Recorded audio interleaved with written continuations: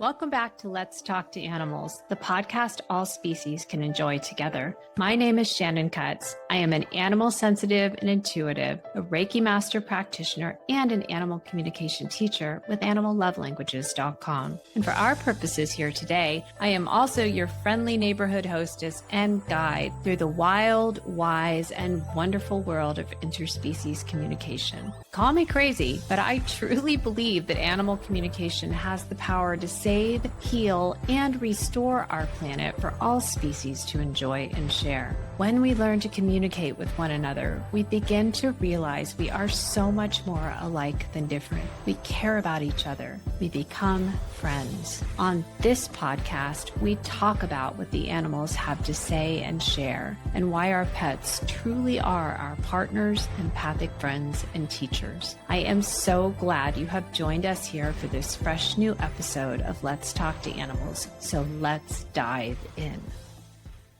Welcome back to Let's Talk to Animals, the podcast all species can enjoy together. I am your friendly neighborhood hostess, Shannon, and I'm a professional animal intuitive, Reiki Master practitioner, and an animal communication teacher with animallovelanguages.com. And today I've got some powerful, jaw-dropping stories for you about one of the biggest areas of focus in my professional practice, as well as my ongoing learning journey in how to work with your pet's energy to support them through anything. This is a topic that we've been talking a lot about here on the podcast lately. Why is that? Because this is where I feel the animals leading me, wanting to talk about the superpower of energetics, wanting to talk about the deeper soul level layers of the bonds that we share with them, and wanting to talk about lessons that they can teach us about what is really possible when we harness energy as a tool, as a support, as a guide, as a teacher, as a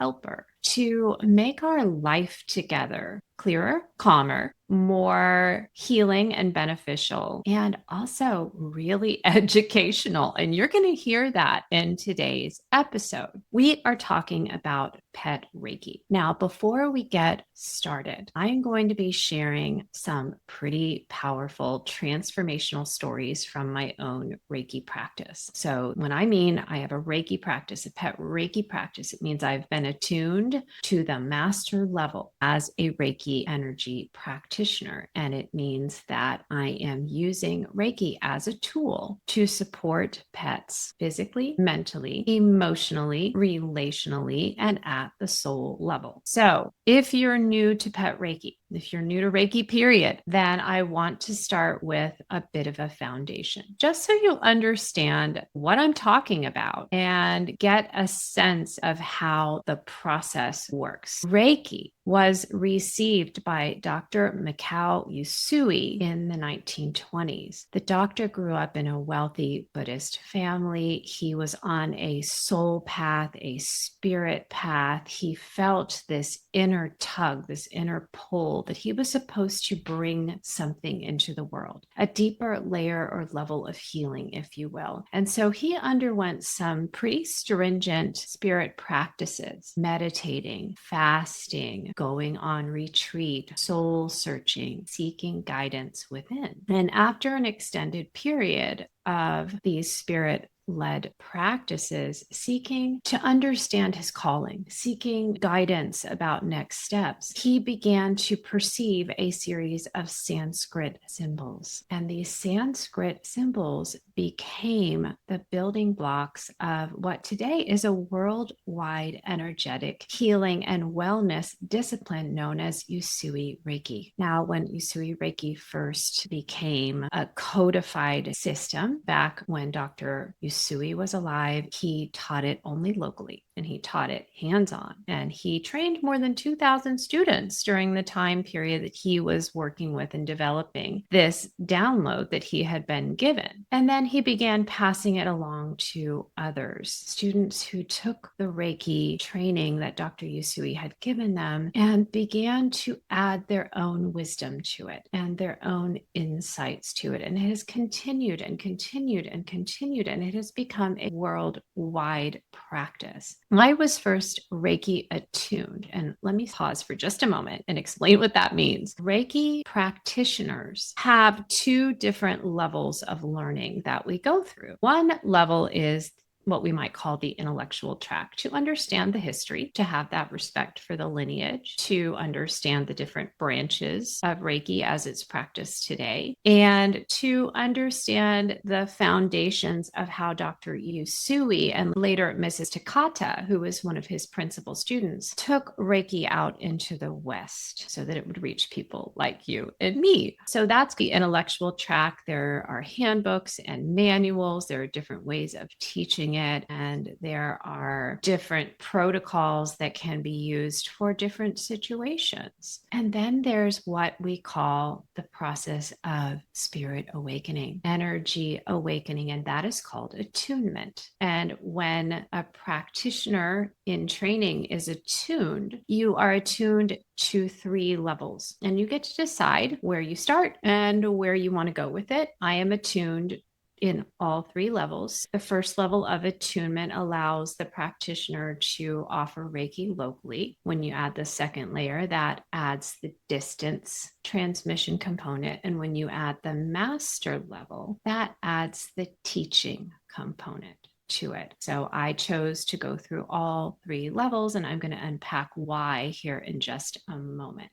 This is a process whereby an attuned Reiki Master practitioner transmits the Reiki energy via the symbols and in an energetic installment into the energy or the auric field or the soul blueprint, if you will, of the practitioner in training. So there is this 2-part component to every Reiki practitioner's training and unfoldment, if you will. So there's this very logical, analytical side, which equips the practitioner with tools and structure and a sense of history and respect and reverence and ethics and boundaries, so that if that practitioner would like to share Reiki with others, some practitioners are simply attuned for their own benefit and the benefit of their immediate family members. Some want to work in a more public setting, either as a volunteer or even professionally. And so that component is offered. And then there is this mystical, mysterious component. And when I was attuned back in my 20s, I had almost no concept of what was really taking place here. So that was a quarter century ago. And I'll be honest with you, back at that time period in my life, I was still very, very ill with anorexia and bulimia. I was having one meltdown after another. I was learning how to meditate. I was grasping at straws. I was working with mentors. I did not know which end of me was up. And so when the opportunity to experience a Reiki attunement came along, I said yes without really understanding what I was saying yes to, and really without the benefit of a supportive community around me of others who were experiencing this and were talking about it. And when our teacher mentioned that the next step after the attunement would be to offer the hands-on Reiki transmission to others, I was like, oh, I'm out. I don't know what the heck just happened here, but that is a little bit too close for comfort for me. That's where I was at that period of my life. And I will be honest, I kind of forgot about it. Kind of forgot I had been Reiki attuned until my father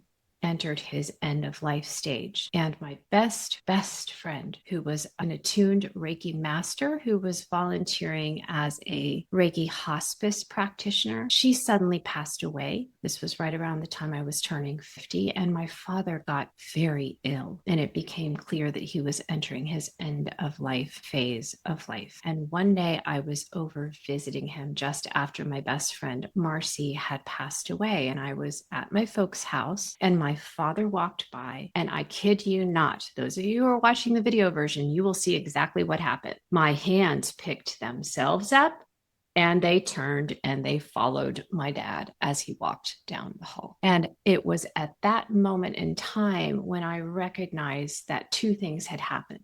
Reiki had stepped back into my life in a very powerful way. Because of my previous attunement, I was able to recognize that it was reactivating. And this is my own personal lived experience, so I'm not asking you to believe or disbelieve what I'm about to share. But I felt my friend Marcy step in from the spirit side and offer me her energy and invite me to continue. This was right in the middle of COVID. It was a messy time, and finding anybody to attune me locally was not happening. Luckily, I belonged to an intuitive community at that point in my life. I was just taking my first steps into formally studying animal communication after recognizing that it had been happening to me sort of subconsciously for some years. And I share that story in a different episode of this podcast series that I will link up for you in the show notes if you're curious. But a whole bunch of subtle signs and information and experiences and memories just all presented themselves to me. And it was like looking at a tapestry from the back end where it's all messy, and somebody came along and turned it around so that I could see the front and the beautiful design that all those threads had created. And I was like, oh, okay. So if you're in a phase of your life where you're feeling like you're looking at the back end of the tapestry yourself,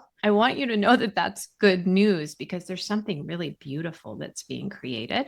And maybe you just don't have all of the pieces in place to be able to perceive it. It's coming. Just stay the course. I was very blessed that some of my friends in this intuitive community that I had stepped into directed me to a remote teacher who was willing to attune students and guide and teach students over Zoom. And it was just as effective, just as powerful as I remembered from a quarter century ago. So remember, I've had the in-person attunement. I've also had the distance attunement. This time I went to level 3. When I was in my 20s, I was attuned to 1 and 2. This time I went to level 3. But my motivation for doing it wasn't actually to work with other humans that weren't family members. It wasn't even to work with animals professionally. I wasn't even a professional animal communicator yet at that time. My single solitary focus was using the Reiki to support my dad. And it was all hands on deck. It was boots on the ground, because he was getting sicker and sicker and sicker. And before I knew it, with very little opportunity to even really dialogue with my own mentor and Reiki Master teacher, I found myself in the hot seat transmitting Reiki to my dad several times a day to help him deal with the palliative care medications and his end of life symptoms. And I had some extremely powerful experiences and was very lucky that the lead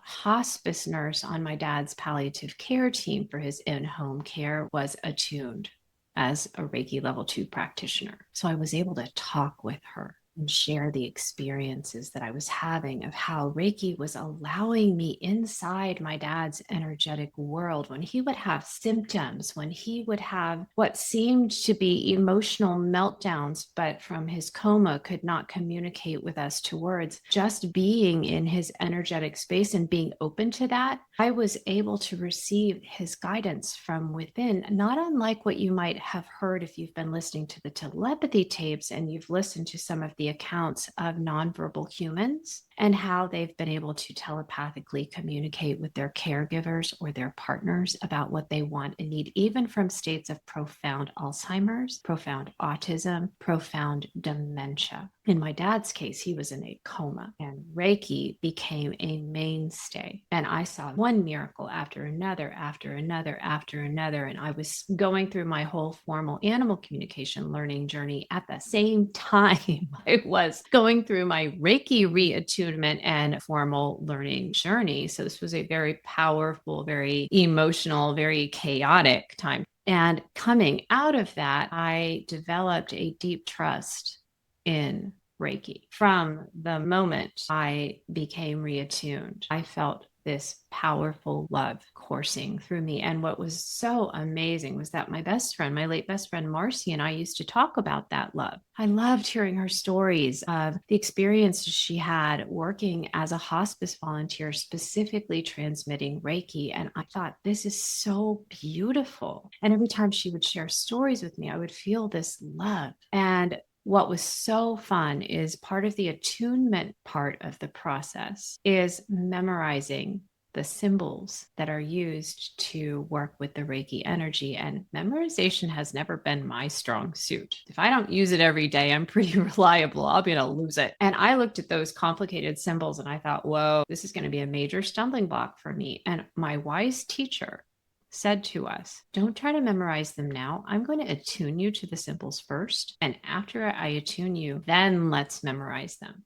And what I discovered is that it was incredibly ridiculously easy for me to memorize the symbols. And I've never had to even go back and refresh my memory about what they look like or how to draw them. They imprinted themselves on my heart and my spirit to the point where it felt like they entered my energy field and became a part of me. So why am I sharing all of this with you when we're talking about pet Reiki? Number one, for those of you who don't understand Reiki, what is it? How is it taught and transmitted? And where does its power come from? It's one part intellectual, it's one part mystical, and it's all parts love and trust. So when I go into a pet Reiki session, and I also offer people Reiki now, I have found that this can be very helpful. I've had pet parents come to me and say, I wish I could get a Reiki session for myself. And well, I can do that. We can definitely do tandem Reiki. And often, especially when we're dealing with emotional feedback loops or behavioral issues that are causing a lot of chronic stress for both you and your pet, having a tandem Reiki session is extremely beneficial.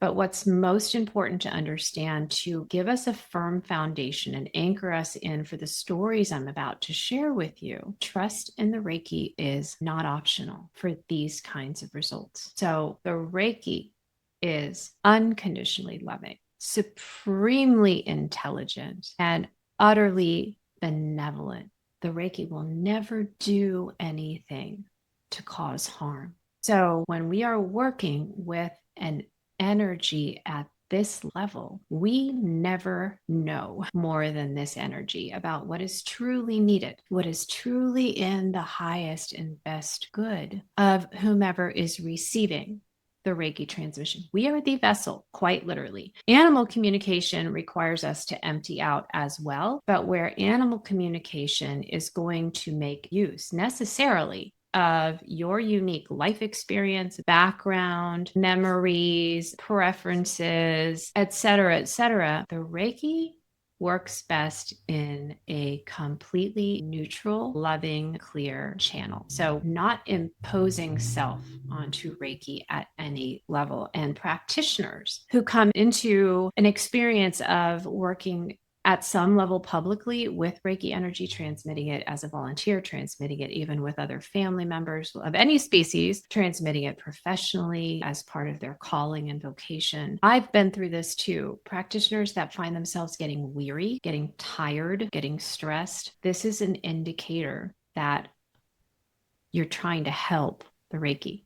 I've been through it too. So not sitting up on any pedestals here. This is how I know. And I've had these conversations with my Reiki master about this because at first I didn't know why I was getting tired. I didn't know why I was feeling depleted or resisting wanting to or being asked to offer the Reiki. So Reiki requires emptying out everything and showing up with the mindset and the heart set of, I'm here, use me, send me, allow me to be of service, work through me, no attachment. This is key. And I'm going to dive into my first story to highlight exactly what I mean. I have a longtime pet parent client named Claudia. When I first met Claudia, she came to me because her soul dog Tibet was in his end of life phase, and she wanted to experience a joyful reunion through pet reincarnation. And so we began working together. And relatively quickly, Tibet showed up in the body of little mastiff puppy Remy. And it was so clear. I actually have a blog where I share Claudia and Tibet Remy's story, and I'll link that up for you in the show notes so you could get to know them a little better. I even have a video of Remy's identification and Gotcha Day, where Claudia brought a ball that had been Tibet's, and little puppy Remy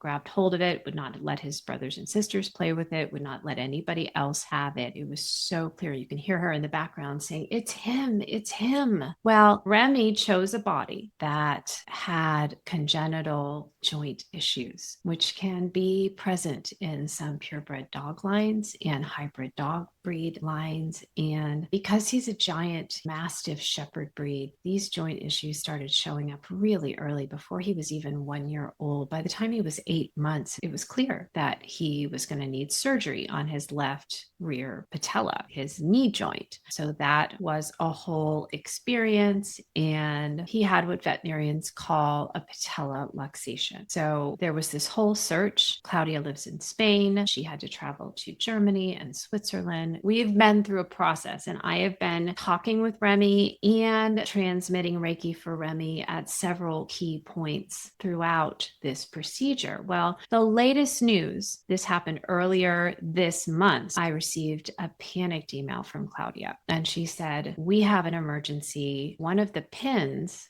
that the surgeon put into Remy's leg to stabilize after the surgery has come loose and is now floating around in the soft tissues, and he's limping a lot. And she scheduled a Reiki session and said in the notes, I would like you to use the Reiki to stabilize the pin, to make sure it doesn't move and cause any damage until we are able to get in for surgery to remove it. Now, I want to stop here for a moment and explain that traditionally, and in most of the research, which is still a little bit spotty to date, we could stand with some meatier, larger sample size studies of Reiki's benefits, but it's well enough recognized that it's used fairly ubiquitously throughout the world in a variety of situations where healing is required or is certainly recommended and beneficial. But Reiki's benefits primarily are focused at the level of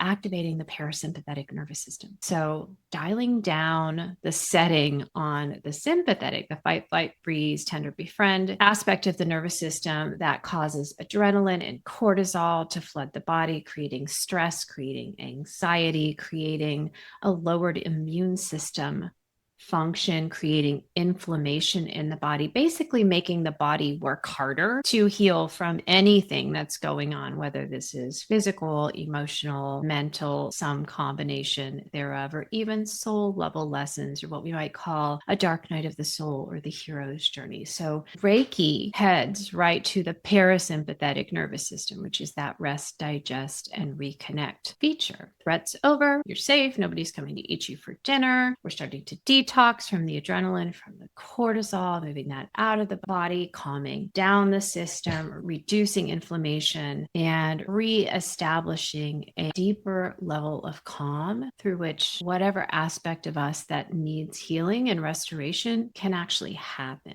So if you think of the sympathetic nervous system like the choppy waves on the surface, and the parasympathetic nervous system as that calm, still, deep water underneath, the Reiki head's there. There isn't a lot of data to support Reiki being used for the type of application that Remy's mom, Claudia, was asking me to use it for. And I was honest with her, and I said, Claudia, I hear you. And I want to let you know that I am absolutely willing to ask the Reiki guides to support Remy in this way. However, this is not traditionally what we might consider the optimal use of the Reiki. There isn't a lot of data or evidence to suggest that this sort of thing is a good fit working with surgical hardware. Would you still like me to do the session? And we have to remember here that Claudia and Remy have had Reiki several times through transmissions that I have sent to them. He has fallen asleep in her arms. He's always been able to find a deeper level of calm. So Claudia isn't coming into this as a brand Reiki newbie, having no idea about any possible benefits. She has experienced other benefits. So when she wrote me back, she said, I understand. I know that there are no guarantees, and I still want you to do the session. So wait for it. I transmitted the session on a Monday, and on Saturday, I got a message from Claudia, and she said, now here's a story for you. Yesterday morning, I suddenly saw one tiny speck of blood coming out of the area where the pin in Remy's leg was supposed to be.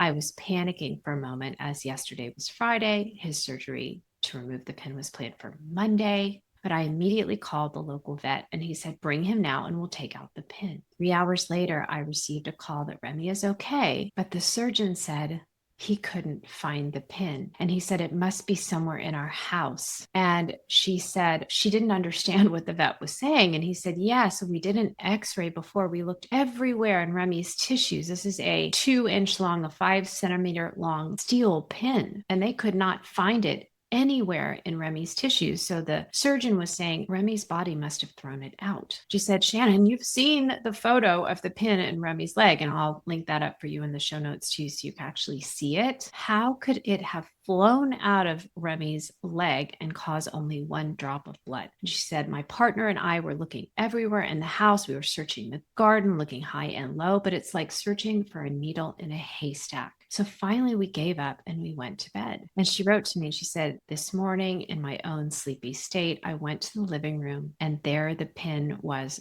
right in front of my eyes, clean and like new. It was on the floor, and we were as happy as if we had won the lottery. It is absolutely incredible. And I am aware that it prevented the possible scenario of a complicated extraction, as the vets all said. The sciatic nerve was a bit at risk in case the pin had migrated close to it. I am very sure that the Reiki has been a substantial part and trigger of it. I am so thankful for this. So while we will never know exactly why Remy's body ejected the pin in a single flying leap with only one speck of blood, there is a scientific principle known as Occam's razor. This is one of the principles I teach from when I teach animal communication. And it says, all else being equal, the simplest explanation tends to be the right one. And in this particular case, even the veterinary surgeons, even the specialized traumatologist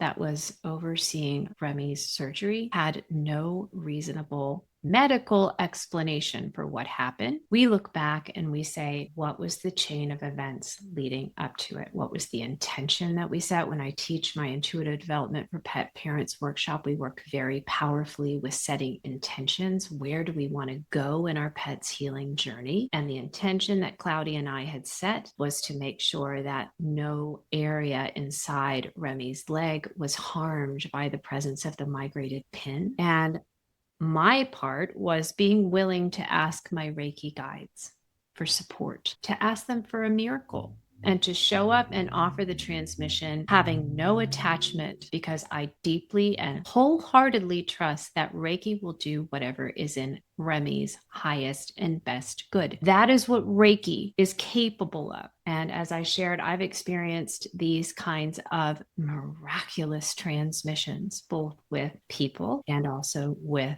your pets. But the key is the practitioner shows up with willingness and with zero attachment and with unconditional trust in and acceptance of however the Reiki chooses to work in that other individual's life, the recipient's life. So I'm not coming and trying to force it. I'm not coming and trying to do something. I am showing up, opening up, and quite literally becoming a vehicle for this unconditionally loving, infinitely wise, and utterly beneficial, powerful energy source to offer whatever is best for that recipient. Of course, we're delighted. These are wonderful results, and Claudia was kind enough to allow me to share Remy's photos and to share Remy's story. So I'll link up a photo of Remy and a picture of that danged pin below so you can check it out with your own eyes. It's a long pin and it's very sharp and it's pretty amazing.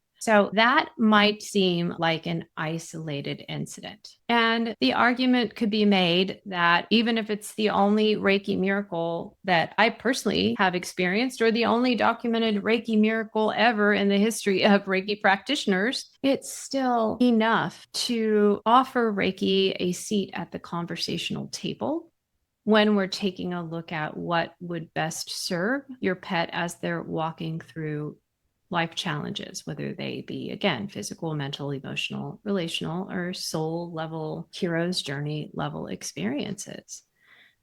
But that's not the only miraculous Reiki experience that I've had in my pet practice to date. So I want to share another story with you. This story is the story of Pudding. When I met Pudding, Mom Claire reached out asking for a pet Reiki session because Pudding had been diagnosed with cancer. She had a tumor and she was entering into her second round of chemotherapy. Pudding is a tiny little poodle mix. She's 11 years old and she was very frail, very fragile. And so when Mom Claire reached out, she shared with me that she had developed a serious infection on her little belly and in her urinary area, and she didn't even want to walk. She was in a lot of pain and she was very stressed out and had no energy. And Claire shared that she wasn't sure exactly why. Was it the tumor that was causing all of these symptoms that she was seeing? Was it the medicine? Was it both? The good news about Pet Reiki is that we don't need to know that in order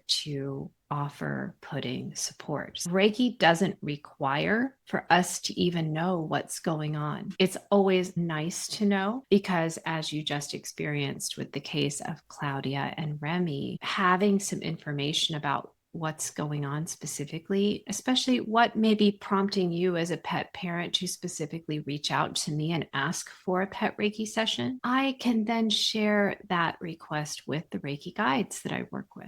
I can share that request with the benevolent wisdom that is the Reiki energy stream. I can ask. And as long as I'm not attached and I accept that the Reiki knows best, then this information is a nice to have. In this particular case, Claire was willing to share some details, and I was very aware that Pudding had these very sensitive and painful infectious lesions on her body that were turning bloody, that she didn't want to walk, that she didn't have any energy, that she was very stressed out. And so as I enter into the Reiki session, setting the intention and asking and having that conversation with my Reiki guides, I can ask. So that's exactly what I did with Pudding. What was so beautiful is that Pudding's Reiki session was on June 19th. And it took about a week before I heard back from Mom Claire. So I heard back from her about 8 days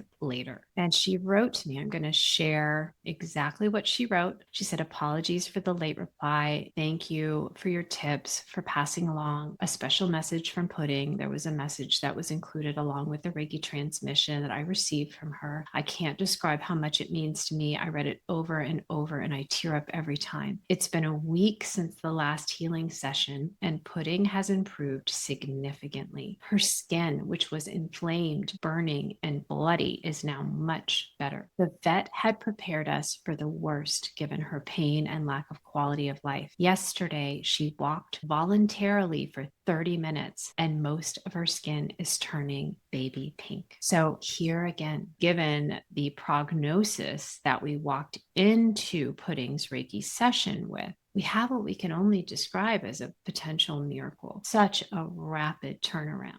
And while we don't have any hard and fast data or test results to support that it was a direct line to the Reiki transmission, here again, in lieu of anything that would outright contradict that, I like to go back to Occam's razor. All else being equal, the simplest explanation tends to be the right one. And the simplest explanation here is that a very unconditionally loving, high vibration, benevolent energy source that wants only the very best for every soul, every embodied soul that it interacts with, intervened because Mom Claire asked it to. And here's the key, both with Claudia, with Claire, and also with myself as a practitioner, we're coming from a place of empathic love. We're just asking for help.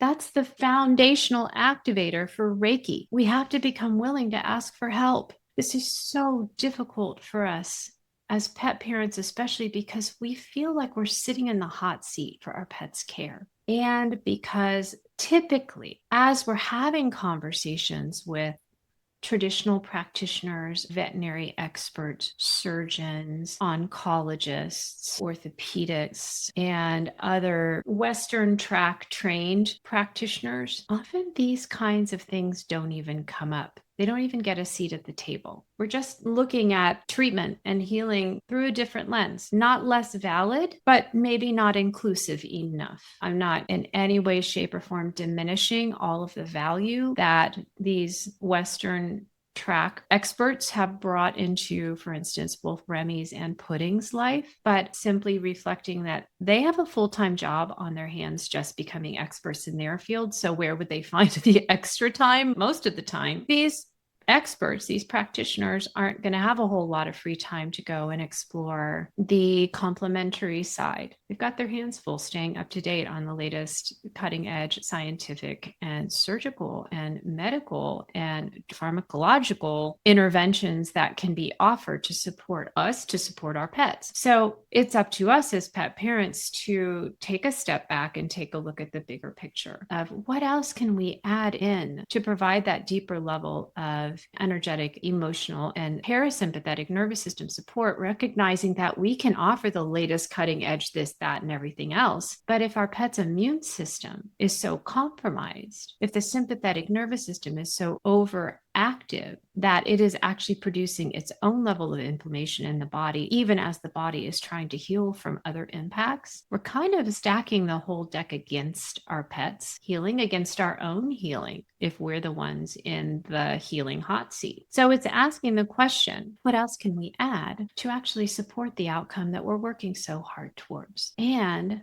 becoming willing to take a moment, stepping outside of crisis mode, which I am right there with you when my pets are in crisis. I have exactly the same initial knee-jerk reaction. It's just I have a little bit more training sometimes and perspective because I get to work with your pets as well and hear their stories and be able to share some of these amazing stories with you. I can take those extra couple steps back and ask, is there anything else I can add in? Is there anything else we can add in that can ensure that all of the healing potential that is possible for our beloved pets, our partners, empathic friends, and teachers can be accessible to them, can be accepted by them, incorporated, and used for their highest and best good. And so becoming willing as pet parents to realize asking for additional help, for instance, reaching out to me and asking for a pet Reiki session for your pet, it doesn't indicate that you have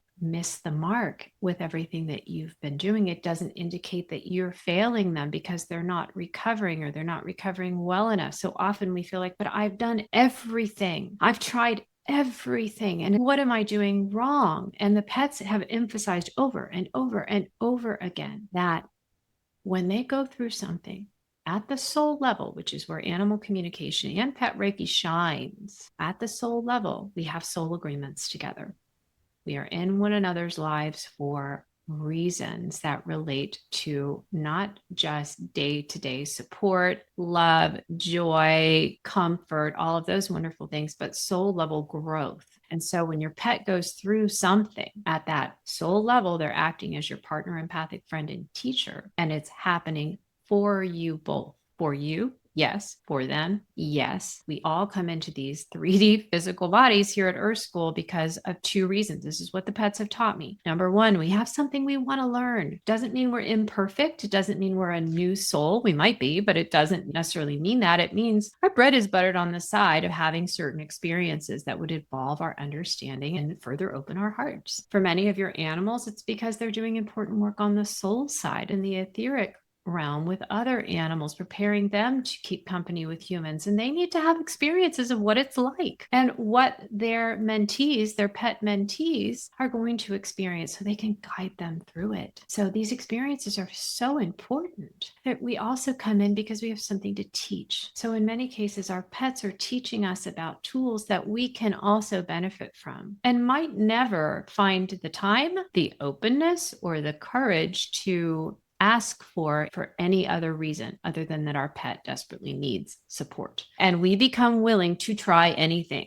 Just like I was when my dad was so ill. I was like, just use me. Just show me what to do. I'll do anything. I'll do anything. Same thing with my animals. It would help my Petal to heal, or my Maltese, or my Io, or our dog Flash Gordon. If it would help them heal for me to stand out on the front lawn in a pink tutu and twirl around, I would do it. You could probably relate to that. So we have to recognize asking for support, asking for help, it doesn't mean that you've made an admission of failure. You're failing forward, if anything, because that's how we learn. So failure is almost a non-issue. That's definitely not an accurate description of what's really happening.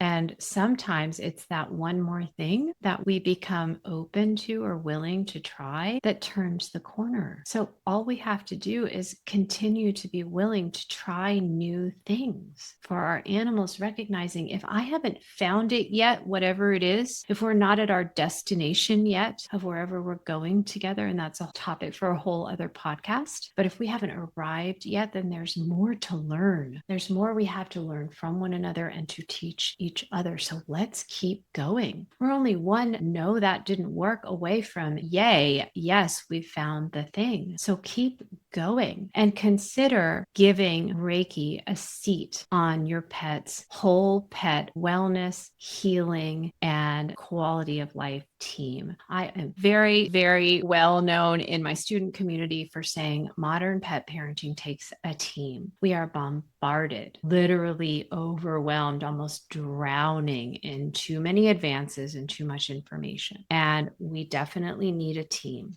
of trusted mentors, practitioners, and supporters and friends, pet parent friends, fellow communicators, for those of you who are walking the animal communication path with me or elsewhere. We need a team. They need a team. So we're in the hot seat to build their team, not to do it all for them ourselves. And that feels like a really good place to leave you today, is with an invitation to consider, does Reiki have a seat? Are you open to adding Reiki into your pet's whole pet wellness and healing and care and quality of life team? And if you are, then I am going to link up in the show notes below how to schedule your pet's Reiki session. I would love to hear your questions about pet Reiki, about people Reiki. I would love to hear your aha moments and your stories. So if you have enjoyed today's episode, if you found it intriguing or enlightening, please do take just a moment to share your experiences in the form of a comment or a review or a choice to become a supporter of Let's Talk to Animals. I also look forward to seeing you back here in 2 weeks for a fresh new episode of Let's Talk to Animals, the podcast all species can enjoy together. And I'm sending you and your pet family here and in spirit all my love. Bye for now. I have so enjoyed sharing this episode with you. If you're new to the Let's Talk to Animals community and you've enjoyed this episode, please do leave us a review on your favorite streaming service or drop a comment wherever you like to listen. I love to hear from you, and your feedback truly helps me shape future episodes based on your interests and needs. If you're not already in my weekly love letters community, head over to animallovelanguages.com to opt in. Your welcome email will include $25 off your first pet session with me, and you'll be the first to know when a new podcast episode drops. If you're interested in learning more about the work I do communicating with animals, offering pet Reiki, and teaching animal communication, please visit me at animallovelanguages.com. Click on Schedule for Pet Sessions and Programs for all the information about my new Animal Communication Adventure to Mastery student program and the live animal communication practice circle I run for student practitioners. And I look forward to welcoming you back here very soon for a fresh new episode of Let's Talk to Animals. Okay, all my love. Bye for now.